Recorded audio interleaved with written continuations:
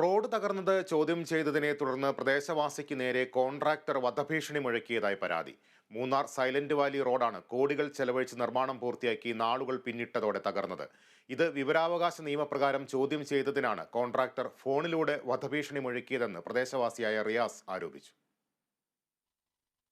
തനിക്ക് മുൻപ് 23 ക്രിമിനൽ കേസുകൾ മൂന്നാർ പോലീസ് സ്റ്റേഷനിലുള്ളതായും താൻ മുൻപ് ഗുണ്ടാ ലിസ്റ്റിൽ ഉൾപ്പെട്ടതായും നിരവധി തവണ ജയിലിൽ കിടന്നിട്ടുണ്ടെന്നും എന്റെ പേരിൽ കൊലപാതക ശ്രമ കേസ് വരെയുണ്ടെന്നും താൻ എനിക്കൊരു ചുക്കുമല്ല, ഇത്തരത്തിലൊക്കെയായിരുന്നു പ്രദേശവാസിക്ക് കോൺട്രാക്ടറുടെ വധഭീഷണി ഉണ്ടായത്. ഇതിന് കാര്യം വലിയ ആൾക്കാർ സംസാരിച്ചിട്ടുണ്ട്. പറഞ്ഞ മനസ്സിലായോ? ഒന്നും ഉണ്ടാക്കിയിട്ടില്ല. പറഞ്ഞ മനസ്സിലായോ? പിന്നെ എന്നെ ഉപദ്രവിക്കാൻ ഞാൻ തിരിച്ചു ഉപദ്രവിക്കും. പറഞ്ഞ മനസ്സിലായോ? ഞാൻ ഇന്നലെ ഈ കളിച്ചിറങ്ങിയതല്ല. പറഞ്ഞ മനസ്സിലായോ? ഞാൻ ഇഷ്ടം പോലെ കടന്നിട്ടുണ്ടാകത്ത്. പറഞ്ഞ മനസ്സിലായോ? അതുകൊണ്ട് നീ എന്നെ അത് കാട്ടി പേടിപ്പിക്കാൻ നോക്കണ്ട. നീ പറഞ്ഞ മനസ്സിലായോ? ഞാൻ ഏത് കാട്ടി പേടിപ്പിച്ചാ നിങ്ങൾ പറയണേ? ഭീഷണിപ്പെടുത്തിയിട്ടുണ്ടോ? ഭീഷണിപ്പെടുത്തിയിട്ടുണ്ടോ? നിങ്ങളാണ് ഇങ്ങോട്ട് ഭീഷണിപ്പെടുത്തുന്നത്. കൈ വെട്ടിയ കാല് കെട്ടി കുറക്കേസ് വരെ എന്റെ പേരിലുണ്ടായിരുന്നു. നീ എനിക്ക് ചുക്കുമല്ല. പറഞ്ഞ മനസ്സിലായോ? ഞാൻ ഉണ്ടാക്കിയിട്ടുണ്ട് ഇഷ്ടം പോലെ. ഇപ്പൊ ഞാൻ മര്യാദയ്ക്ക് നിൽക്കുക. നിനക്ക് പറഞ്ഞ മനസ്സിലായോ?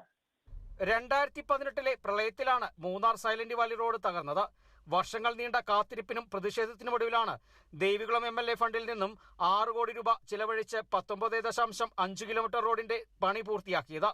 എന്നാൽ മാസങ്ങൾ പിന്നിട്ടതോടെ റോഡിന്റെ നിരവധി ഭാഗങ്ങളിൽ കുണ്ടും കുഴിയുമായി.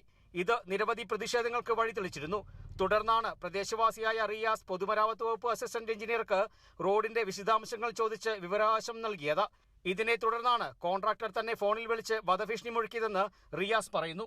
എനിക്കൊരു അൺനോൺ കോൾ ആണ് വരുന്നത്. ആ കോൾ അറ്റൻഡ് ചെയ്ത് സംസാരിച്ചപ്പോഴാണ് ഇത് പിന്നെ ഈ സൈലന്റ് വാലി റോഡ് ഇട്ട കോൺട്രാക്ടർ ബിജു ആണെന്ന് മനസ്സിലാക്കാൻ കഴിഞ്ഞത്. അയാൾ വിളിച്ചിട്ട് എന്നെ ഫോണിലൂടെ ഭീഷണിയാണ് പെടുത്തിയത്. അത് 20ഓളം ഗുണ്ടാ കേസുകൾ ഉള്ളതും ഞാൻ വെറുതെ വിടില്ല എന്നും പറഞ്ഞുകൊണ്ട് ആണ് പുള്ളി ഇപ്പൊ പറഞ്ഞിട്ടുള്ളത് എനിക്ക്.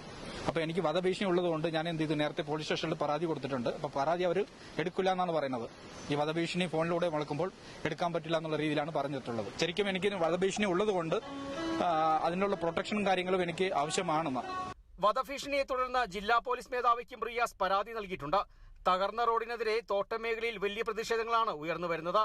കഴിഞ്ഞ ദിവസം CPIയുടെ നേതൃത്വത്തിൽ തകർന്ന റോഡ് നന്നാക്കി തരണമെന്നാവശ്യപ്പെട്ടും കരാറുകാരനെതിരെ നടപടി ആവശ്യപ്പെട്ടും റോഡ് ഉപരോധം സംഘടിപ്പിച്ചിരുന്നു. Kerala vision news, Idukki.